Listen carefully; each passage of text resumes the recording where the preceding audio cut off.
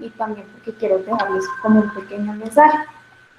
Entonces les presento a nuestra paciente. Es una paciente de 13 años y 9 meses con un antecedente familiar de su padre con un diagnóstico de hipertiroidismo hace 10 años. Se le dio manejo con yodo radioactivo y actualmente cursa con un hipotiroidismo manejado con levotiroxina. Nuestra paciente desde hace 2 meses ha venido presentando crecimiento tiroideo, disfagia para los sólidos, cansancio, nerviosismo e irritabilidad emocional. Llega a nuestra consulta médica con un peso de 42 kilos, una talla de 1,58 centímetros, una frecuencia cardíaca de 123 latidos por minuto, una respiratoria de 24 respiraciones por minuto, unos exoftalmos, un bocio evidente, palpable, de aproximadamente 4 veces su tamaño normal, un pulso cariótido saltón evidente, temblor, hipertermia distal, diaforesis palmar e hiperreflexia. Quiero que todos tengan como muy en cuenta como la clínica para que más adelante podamos darle una resolución a este cuadro clínico. Ya entrando en nuestro tema, quiero hablarles un poquito acerca de anatomía de nuestra glándula. La glándula se localiza en la parte anterior del cuello, pesa entre 15 a 20 gramos, tiene unas dimensiones de 4 a 6 centímetros de ancho, 2 de largo y 2 de espesor. Nuestra glándula se conforma por un lóbulo izquierdo y un lóbulo derecho. Como pueden ver en la imagen, tiene una forma de mariposa y ambos lóbulos se van a comunicar por medio de un mismo. Digamos que algún porcentaje de la población va a tener un tercer lóbulo, que es una variante anatómica normal o también llamada lóbulo piramidal. Quiero que miremos en esta imagen cómo los lóbulos abrazan la vía aérea superior y abrazan parte de la vía digestiva. ¿Esto qué quiere decir? Que cuando tenemos un agrandamiento de nuestra glándula podemos comprimir la vía aérea superior y producir disnea en los pacientes y comprimir la vía digestiva y producir disfagia en nuestros pacientes. Otra anotación que quiero que nos llevemos es que en su parte posterior vamos a tener las glándulas paratiroides, que van a ser 4 glándulas pequeñas en forma de frijol, que van a intervenir en el metabolismo del calcio. Estas paratiroides van a producir la PTH o paratormona, que pues tiene como fin quitar el calcio de los huesos y llevarlo a circulación. Esto quiere decir que cuando estamos en estados de hipocalcemia, las paratiroides son las que me van a corregir esta situación. ¿A qué voy con todo esto o por qué les digo esto? Cuando tenemos indicación de tiroidectomía total, no solamente vamos a quitar la tiroides, sino que también vamos a quitar las paratiroides y vamos a llevar a nuestros pacientes a estados de hipocalcemia, haciendo que necesiten suplementación de calcio durante toda su vida. En cuanto a la irrigación y el drenaje venoso, pues está irrigada por la arteria tiroidea superior, que a su vez hace parte de la carótida externa, la tiroidea inferior, que hace parte del tronco tirocervical, y se ha descrito en un 10% de la población una tiroidea media, que hace parte del tronco brachiocefálico. En cuanto a su drenaje venoso, tenemos la vena tiroidea superior y media, que hacen parte de la yugular interna, y la vena tiroidea inferior, que hace parte de la brachiocefálica izquierda. En cuanto a su inervación, la glándula tiroides va a tener una inervación autónoma. Quise traerles esta imagen para destacar cómo entre la tráquea y la tiroides existe un surco donde pasa un nervio muy importante, que va a ser el nervio laringio recurrente, que es el que va a inervar las cuerdas bucales y el que va a hacer que nosotros podamos hablar. Entonces, cuando hay un daño de este nervio en una cirugía, lo que vamos a causar en nuestros pacientes va a ser disfonía. Dejando atrás un poco la anatomía, quiero hablarles un poquito de la histología de la glándula tiroides. Acá podemos observar un corte microscópico de nuestra glándula y podemos ver estas lagunas que son llamadas folículo tiroideo. Este folículo tiroideo pues va a ser la unidad funcional de nuestra glándula. Acá podemos ver uno más grande. Vemos que en su parte central está compuesto por coloide y en su parte periférica está compuesto por tirocitos. Entonces, a grandes rasgos, ahorita les voy a explicar más profundo cómo funciona todo esto. Reitero nuevamente, está el coloide, los tirocitos y las arterias. Gracias a la irrigación de nuestra glándula, vamos a hacer que el elemento fundamental, que es el yodo, entre a los tirocitos, entre al coloide, se sinteticen las hormonas y estas puedan ser liberadas a circulación sanguínea. Como otro dato curioso, también tenemos otras células, que son las células C, que van a ser estas, que son productoras de calcitonina. Entonces, ahora sí, para hablarles un poquito acerca de la síntesis de las hormonas tiroideas, recordarles que nuestro elemento fundamental va a ser el yodo. El yodo entra al tirocito o célula folicular por medio de un cotransportador que se llama el NIS, que es una proteína. El NIS, como es cotransportador de sodio y yodo, lo que va a hacer es entrar sodio y yodo a la célula. Este va a salir de la célula hacia el coloide por medio de otra proteína que va a ser la pendrina. Como connotación clínica, quiero contarles que la pendrina también hace parte del oído y cuando tenemos disfunción de esta podemos tener un síndrome de Pendred. El síndrome de Pendred se caracteriza por hipotiroidismo y sordera. Esto se los traigo simplemente como connotación clínica. Importante recordar siempre esta enzima, que es como nuestra enzima maestra, que va a ser la TPO o tiroperoxidasa. Esta TPO o tiroperoxidasa me va a sintetizar nuestras hormonas tiroideas por medio de 3 pasos. Uno va a ser por la oxidación de yodo, por eso pongo acá que se oxida por la TPO. Otra va a ser por la organificación de los residuos tirosilos de la tiroglobulina para formar una monoyodotironina y una diyodotironina. Y por una segunda reacción vamos a tener una tercera fase, que es una fase de acoplamiento en donde vamos a sintetizar nuestras hormonas por medio de la unión de una monoyodo con una diyodo o 2 diyodotironinas. Entonces, quiero destacar como algunas diferencias de estas hormonas tiroideas. Una es la vida media que pues va a ser la duración de la hormona en sangre. En cuanto a la T3, pues tiene una vida media de 18 horas, es corta. En cuanto a la T4, una vida media de 7 días. Nosotros solo sintetizamos el 20% de T3 y sintetizamos un 80% de T4. Entonces nosotros tenemos más hormona T4. Pero sin embargo, esta hormona T3 va a tener una potencia 3 veces mayor que la T4. ¿Qué quiere decir todo esto o a qué concluyo con esto? Que nuestra T3 va a ser nuestra hormona activa por su afinidad a los receptores y nuestra T4 va a ser como nuestra hormona de reserva. Esto quiere decir que cuando haga falta hormona, esta se pueda convertir en T3 y la T3 vaya a actuar al receptor. Bueno, en esta imagen se resume todo lo que les he dicho. Entonces tenemos en circulación el sodio y el yodo, entra por nuestro cotransportador, sale de la célula por medio de nuestra proteína que va a ser la pendrina y en el coloide vamos a tener nuestros 3 procesos que tenemos que recordar. Entonces el primero que va a ser la oxidación de yodo, el segundo que va a ser la organificación de los residuos del grupo tirosilo de la tiroglobulina y el otro que va a ser la fase de acoplamiento entre una monoyodo y una diyodotironina o entre 2 diyodo para formar nuestras hormonas. Estas hormonas entran nuevamente a la célula por endocitosis y van a ser transportadas hacia el torrente sanguíneo nuevamente por este transportador que es el MCT8. Ahora, importante saber qué ocurre con estas hormonas en sangre. Entonces, cuando llegan a sangre, estas hormonas se van a unir a 3 proteínas. La más importante que va a ser la proteína fijadora de tiroxina, la prealbúmina y la albúmina. Entonces, ¿esto qué quiere decir? Que podemos tener tanto hormonas unidas a proteínas como hormonas libres.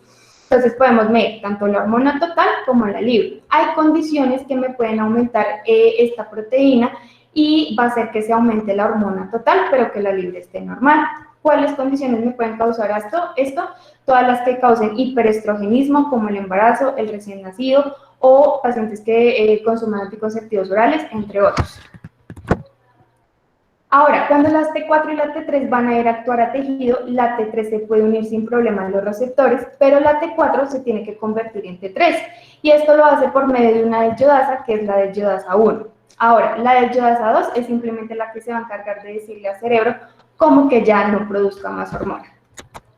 Las hormonas van a actuar en receptores nucleares, vamos a tener 2 importantes, el T3 alfa y el T3 beta, alfa que va a actuar a nivel de cerebro, riñón, gónadas, corazón y músculo, y T3 beta que actúa a nivel de hipófisis e hígado. En cuanto a la regulación, bueno, como todo proceso endocrino, todo inicia a partir del hipotálamo, entonces vamos a tener producción de TRH, que a su vez va a estimular la hipófisis, esta hipófisis me va a producir TSH, y la TSH me va a estimular la tiroides, produciéndonos nuestras hormonas T3 y T4. Ahora, cuando hay suficientes hormonas de estas, lo que va a hacer es hacer un retroceso por medio de un receptor beta, diciéndole al hipotálamo y a la hipófisis pues que deje de producir TRH y TSH, y esto se llama feedback negativo o retroalimentación negativa. Como otro dato importante que quiero dejarles es que la TSH hace un efecto trófico sobre la tiroides, es decir, a mayor TSH va a haber aumento o crecimiento de la tiroides y esto se va a manifestar como un bocio. En cuanto a las funciones, quiero dejarles claro que las hormonas tiroideas lo que van a hacer es aumentar el metabolismo, entonces podemos tener calorigénesis, aumento de la frecuencia cardíaca y presión arterial, aumento de la absorción intestinal, aumento del uso de lípidos y glucosa, aumento de la captación de glucosa, aumento del catabolismo de colesterol y van a intervenir también en el desarrollo y mielinización neuronal. Bueno, ahora es importante diferenciar dos términos, ya entrando a nuestra patología, que va a ser el hipertiroidismo, y es que el hipertiroidismo se define como una producción excesiva de hormonas tiroideas. Representa el 15% de la población pediátrica con enfermedad tiroidea y las causas más comunes son la enfermedad de Graves en un 95% y el bocio tóxico difuso. Ahora, la otra definición que quiero que se lleven es la tirotoxicosis, que se define como los signos y síntomas clínicos que se derivan de un aumento excesivo de las hormonas tiroideas en sangre. Graves fue el primer médico irlandés, el primero en describir hipertiroidismo y nuestra triada clásica que conocemos como bocio difuso, esoftalmos y mixedema pretibial. Este mixedema que ya casi no se ve por la oportunidad diagnóstica que ya se le hace a la patología. Bueno, en cuanto a la epidemiología y etiología, quiero que sepan que el hipertiroidismo es muy poco frecuente en la población pediátrica, tiene una etiología multifactorial, es infrecuente antes de los 5 años de edad, se da 5 veces más en niñas que en niños y, como les decía antes, la enfermedad de Graves me representa un 95% de los casos de hipertiroidismo. Constituye el 5% de los casos totales de hipertiroidismo. La enfermedad de Graves se ha visto que ha venido teniendo una incidencia en ascenso de aproximadamente 0.1 en 100.000 prepúberes y 3 en 100.000 adolescentes. Solo un 15% se han diagnosticado entre los 5 a los 10 años de edad y tiene un pico de presentación a los 10 y a los 15 años. Por otro lado, el hipertiroidismo neonatal es infrecuente y representa menos del 1% de los casos de hipertiroidismo infantil. En cuanto al cuadro clínico, importante saber que a veces el hipertiroidismo se puede manifestar de manera insidiosa, entonces podemos tener un niño con mal rendimiento escolar, con trastorno en la conducta, con la habilidad emocional, o pues ya podemos tener el paciente con la triada, que va a ser el bocio difuso, la oftalmopatía infiltrativa, que son los esoftalmos, y la dermatopatía. Y los síntomas y síntomas clínicos importantes del hipertiroidismo, que van a ser la taquicardia, la piel caliente y húmeda, las palmas de las manos sudorosas, la retracción del párpado superior y los esoftalmos, el adelgazamiento y el nerviosismo. Importante, les traigo de nuevo este cuadro, que recordarles que las hormonas tiroideas pues lo que van a hacer es aumentar el metabolismo y pues el hipertiroidismo es un estado hipermetabólico. Entonces, acá en nuestros pacientes vamos a encontrar intolerancia al calor, piel caliente y húmeda, podemos encontrar ya la triada de Graves, que son los esoftalmos, el bocio, el mixedema pretibial, podemos tener aumento de la frecuencia cardíaca que se va a manifestar por taquicardia o arritmias supraventriculares que ya se ven casos pues más graves, aumento de la presión arterial como la hipertensión arterial sistólica, algunos adolescentes pueden causar con metrorragias, diarrea y pérdida de peso.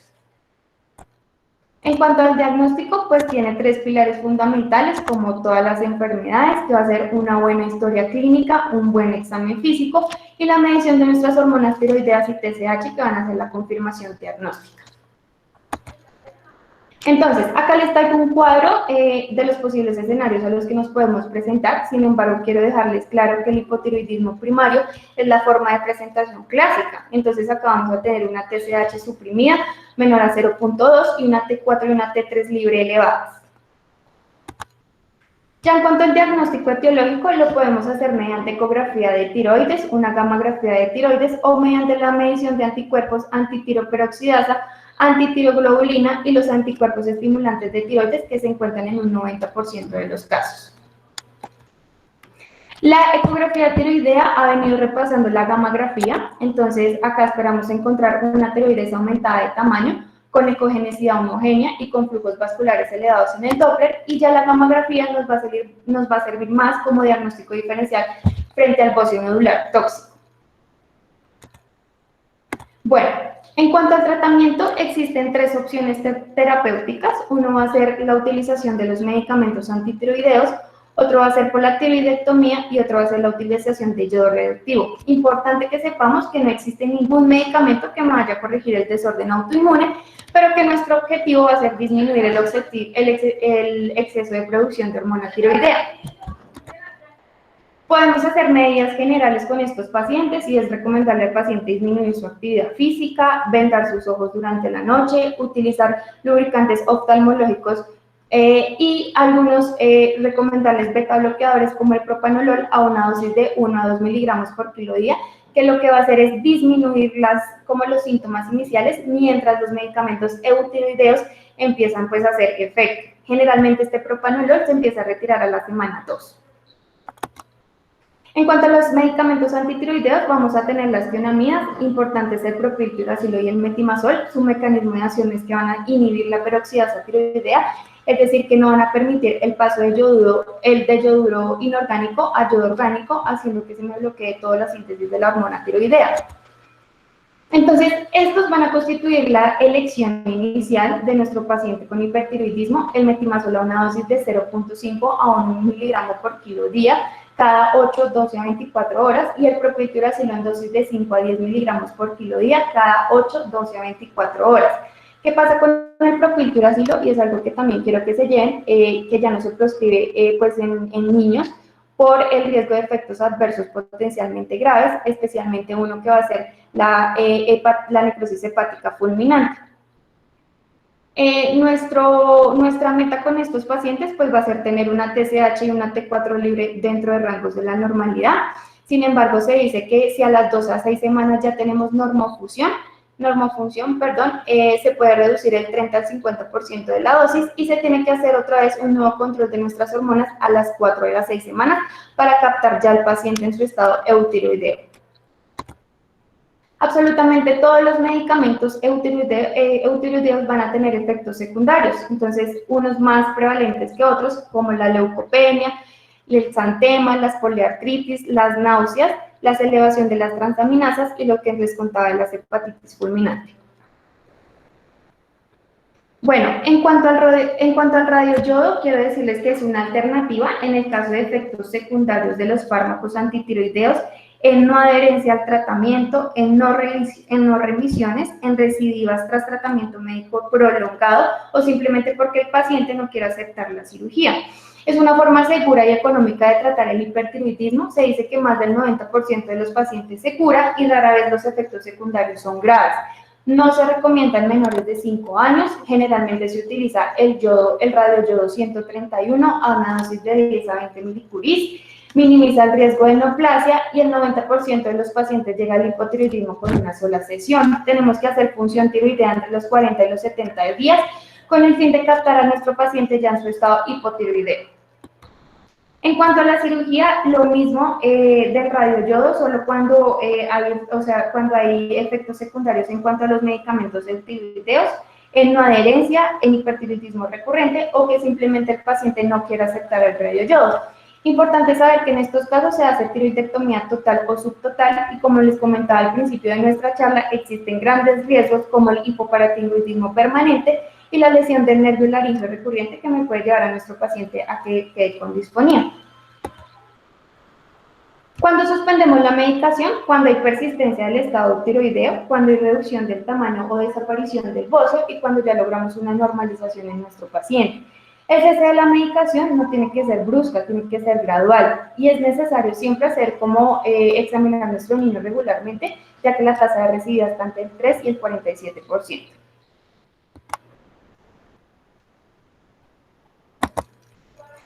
Importante saber que existe una crisis tirotóxica o una tormenta tiroidea, que es un estado grave de hipertiroidismo que implica un riesgo vital para el paciente, es una emergencia médica y que generalmente se da por un hipertiroidismo no controlado.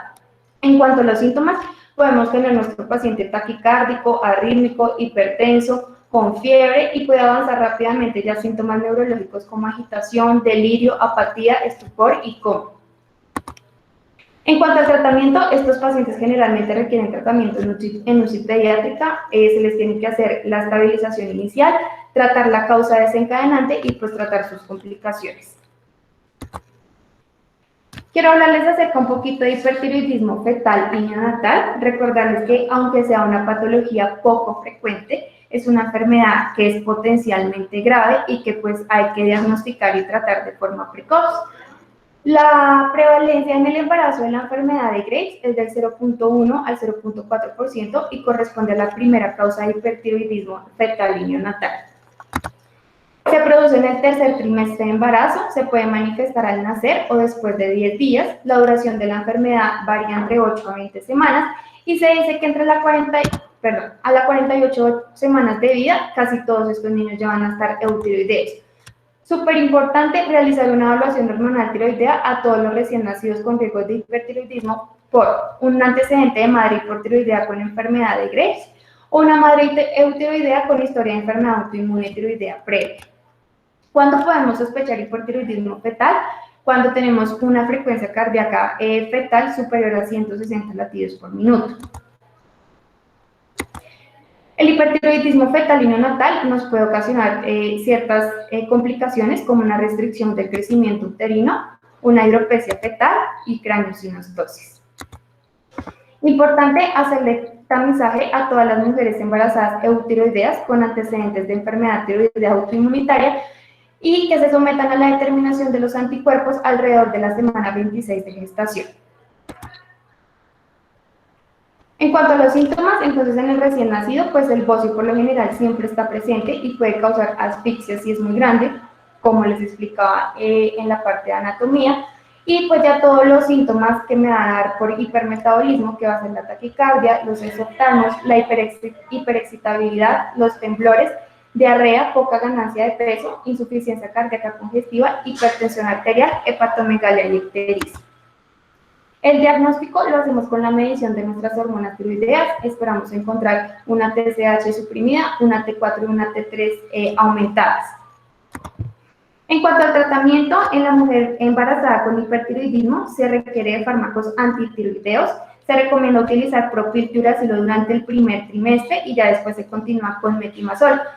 Se prefiere el propiltiuracilo en las embarazadas porque el metimazol va a tener más riesgos teratogénicos. En cuanto ya al tratamiento del hipertiroidismo fetal, estos niños generalmente pues van a requerir manejo en UCI neonatal. Se utilizan fármacos antitiroideos y beta-bloqueantes sumados a la solución de Lugol de 1 a 3 gotas días. En caso más grave se utiliza prednisona de 2 miligramos kilogramo día y si hay insuficiencia cardíaca pues podemos utilizar digoxina.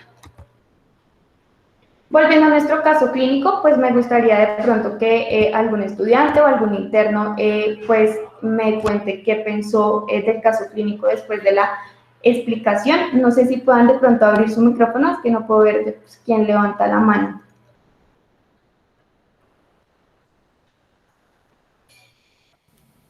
Yo creía que pues sería un hipertiroidismo por exactamente el cuadro clínico que presenta la paciente, el exoftalmos, el bocio, el pulso carotidio saltón y el temblor, la hipertermia. Sí, exacto. Evidentemente, pues esta paciente cursaba con un hipertiroidismo, tenía un peso bajo para la edad, estaba taquicárdica, tenía los esoftalmos y el bocio palpable, 4 veces su tamaño normal. Adicionalmente a eso tenía los síntomas característicos del hipertiroidismo, como el temblor, la hipertermia distal, la diaforesis palmar y la hiperreflexia. Y en cuanto a este caso clínico, pues a esta paciente se le solicitó su perfil tiroideo completo, encontrándose una TSH suprimida y una T3 y una T4 aumentada. No sé si de pronto alguien más quiere hacer alguna anotación acerca del caso o de pronto sobre qué piensa después de la explicación. Hola Karen, buenos días. Bueno, yo creo que aparte de la correlación clínica que también nos mostrabas con respecto a las manifestaciones características que mostraste al inicio, creo que también el complementarlo con el perfil tiroideo nos ayuda a abordar claramente este diagnóstico. Por otro lado, teniendo presente, digamos, algunas situaciones que lo caractericen, porque pues Son, digamos, muchas las características y diagnósticos que uno pudiera pensar por la clínica del paciente.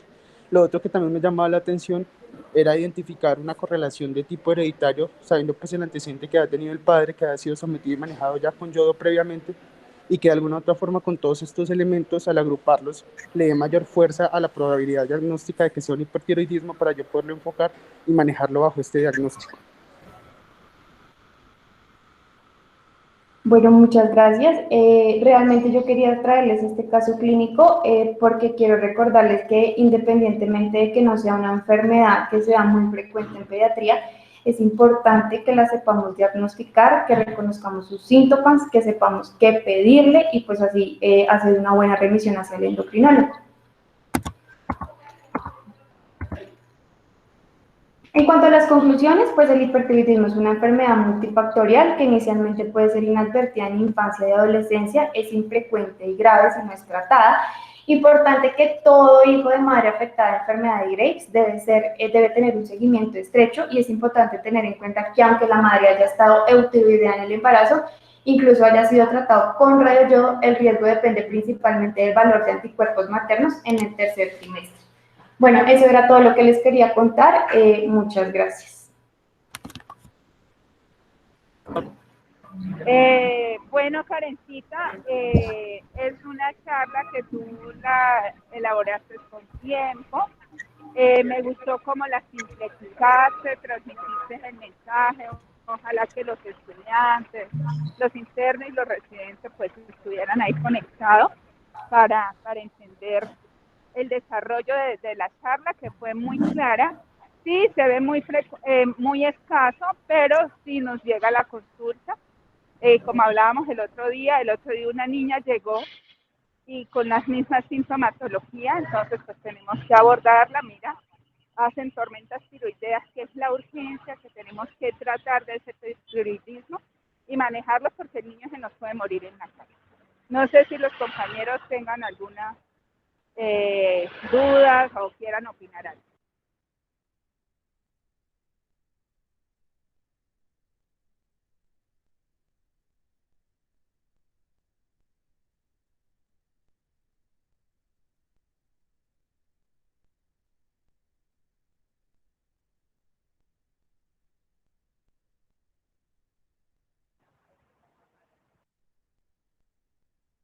William, no sé. Ya, regálame un segundo porque es que estoy resolviendo una cosa de un paciente de Corpus. Otra persona, otro profe. Bueno, buenos días para todos. Les felicito a la doctora Forero. Yo creo que estuvo la charla muy clara, muy sencilla, y yo creo que el abordaje que le dio estuvo adecuado. Pues no tengo mayores observaciones. Creo que todo fue llevado en forma adecuada, así que felicitaciones y a todos un feliz día. Muchas gracias, doctor.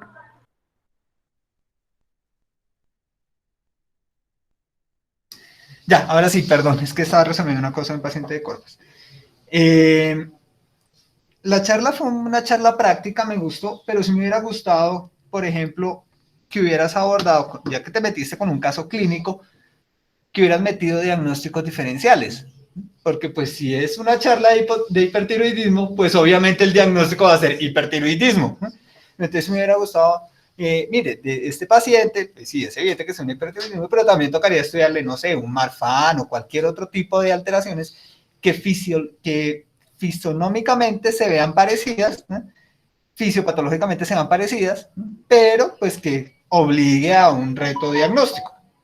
¿Sí me hago entender? Pero fue un buen intento para hacer tu primera charla, estuvo bien, estuvo organizada, hay algunas diapositivas que están muy pesadas y que el fondo hacía que se perdiera la información principal. Entonces muchas veces es preferible tener una diapositiva sencilla, ¿listo? Una sola gráfica o un texto, ¿no? Y no gráfica y texto una montada de la otra porque se pierde información. Pero eso a medida que vayas creciendo, a medida que vayas presentando, va a ir mejorando. Eso es más de forma que de fondo. Pero en términos generales estuvo bien la charla, te felicito. Muchas gracias, doctor. No sé si hay alguien más que quiera dar sus opiniones, sus aportes.